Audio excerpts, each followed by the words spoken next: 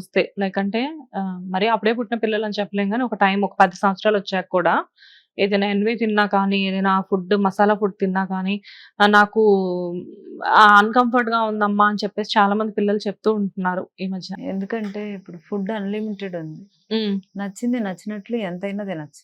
హ్మ్. కెపాసిటీ పొట్టని పెంచేస్తున్నాం. హ్మ్. పొట్ట మనం ఇంత పట్టిస్తుంటే ఇంతే ఉంటది. హ్మ్. ఇంత అలవాటైతే ఇంత అయిపోద్ది. ఇంత హ్మ్. అలవాటైతే ఇంత అవుద్ది. ఇంత అలవాటైతే ఇంత అవుద్ది. అంత తింటున్నప్పుడు అంత తిన్నది అరిగించుకునే శక్తి ఆ బాడీకి ఉండదు. ఆ పిల్లల బాడీకి. హ్మ్. అంత నాన్ వెజ్ అసలు చికెన్‌లు ఎంత తింటున్నారు? మటన్స్ ఎంత తింటున్నారు? జంక్ ఫుడ్ ఎంత తింటున్నారు? ఐస్ క్రీమ్స్ తింటున్నారు. హ్మ్. సో, ఇవన్నీ ఆ చిన్న పిల్లల బాడీ ఆ టమ్మీ టాలరేట్ చేయలేక ఇండైజెషన్ ప్రాబ్లమ్స్ వస్తాయి. హ్మ్. సో, ఆ బాడీ టాలరేట్ చేసేంత ఫుడ్ తింటే వాళ్ళ గ్యాస్ట్రిక్ ఇష్యూస్ రావు.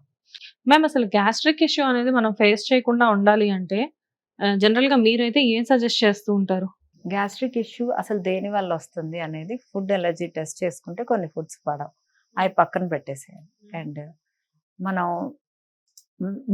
మీల్‌కి చాలా లాంగ్ గ్యాప్ ఇవ్వకుండా చక్కగా ఎవ్రీ 4 అవర్స్‌కో, 3 అవర్స్‌కో ఏదో ఒకటి తినాలి.